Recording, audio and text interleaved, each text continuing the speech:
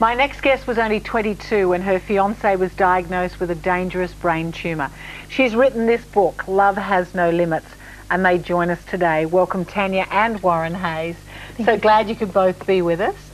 Tania, I'll start with you first. This must have been devastating for everyone. What happened?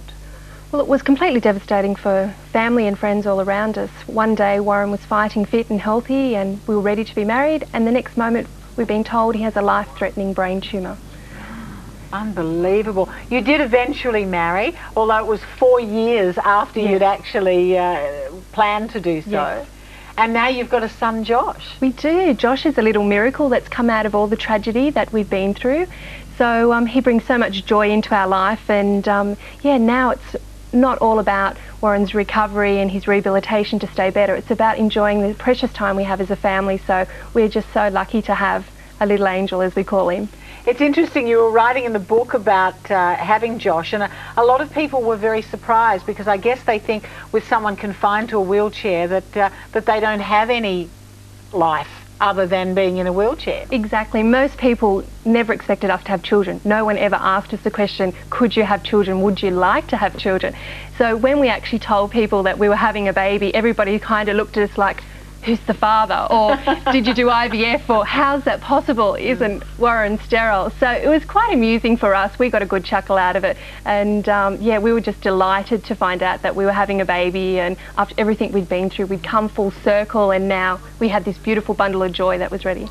How fantastic. And he gets in and helps, I understand. He sure does. He just wants to help all the time. He knows no different in life, so he's wanting to jump up in the bed in the morning and do all Warren's exercises, and then hops up onto Dad's lap and goes down the hallway, and then tries to actually help with walking, which is quite amusing. You've got this little tiny little boy trying to hold Dad's legs up and walk him down the hallway, so he thinks he's doing a fabulous job, and he truly is, yeah. Now, we've got some vision of you guys in your home and some of the equipment that you actually use to do all the things that Warren needs to have done. Yeah. And you are going to be going on the road and promoting the book.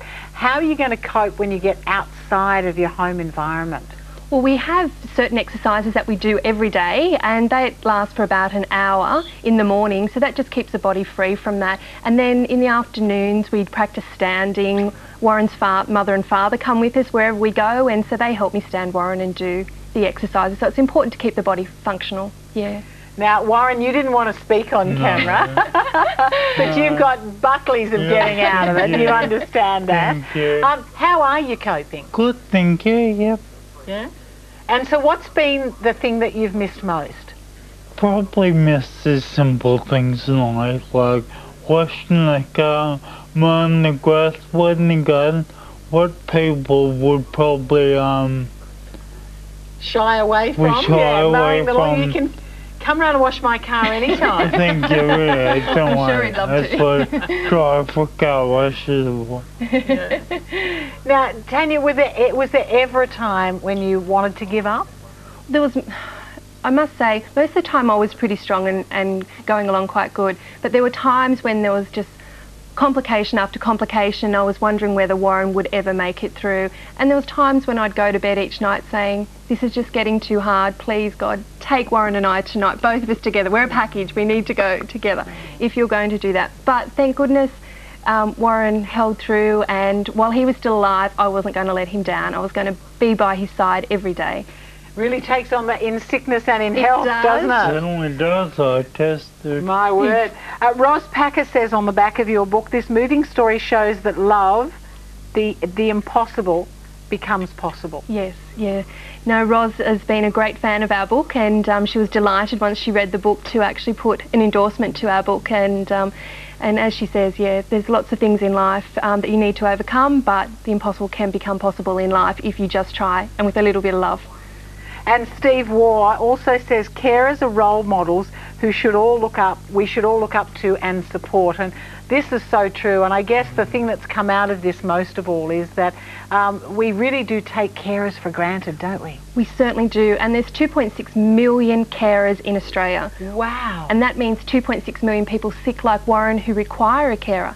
So I think society does take carers for granted, but in the last few years the awareness is being brought to the forefront and it is getting a lot better, and we're hoping to be able to take our message not only of love and adversity but also of caring and the sick, ill and disabled out there, so that actually gets a bit more recognition. Well, thank you both for sharing your story with us. All the best. Oh. And I know that the book will be a bestseller. I have no doubt about it. Thank you, Susie. Thank you. Pleasure's ours. Tania's book is called Love Has No Limits. It's released on Monday. Log on to our website for details.